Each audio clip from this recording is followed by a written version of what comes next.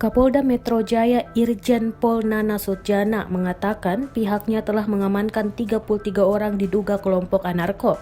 Mereka diamankan saat aksi unjuk rasa di kawasan Patung Kuda, Jakarta Pusat, Selasa 20 Oktober 2020.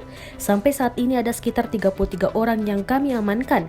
Ini kami amankan, bukan kami tangkap, kata Nana di lokasi Selasa. Perihal alat bukti, pihak kepolisian masih menelusurinya apakah mereka yang diamankan membekali diri dengan peralatan untuk memicu kerusuhan atau tidak. Sementara kata dia, jalannya aksi unjuk rasa penolakan Undang-Undang Cipta Kerja yang disampaikan Aliansi BMSI dan buruh berjalan dengan tertib tanpa kerusuhan. Namun pihaknya tetap terus bersiaga hingga aksi rampung.